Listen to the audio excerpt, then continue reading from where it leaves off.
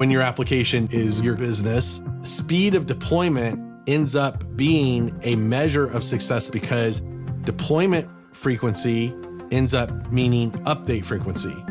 And update frequency means that you can react to markets, react to needs, react to your users. It is an absolute proxy for the quality of your applications. You have to flip how you talk about deployments. Instead of talking about the number of days between a deployment, you should be talking about the number of updates per time period. The shorter the time period, the more you're moving up performance of speed.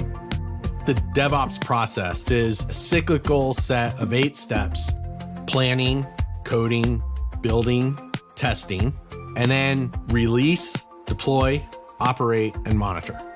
When you have one of the 8 steps that slows things down, that pipeline slows down. What if you were to design your IT DevOps process for a new company? What would you automate to make better predictions and accelerate application delivery? I would focus on the last step.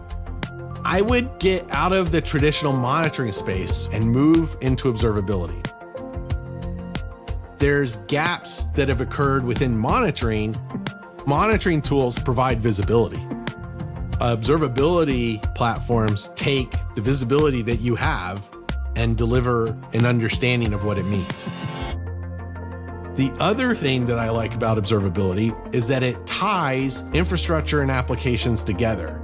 Observability is not just built for IT ops to give visibility of applications and then solve problems.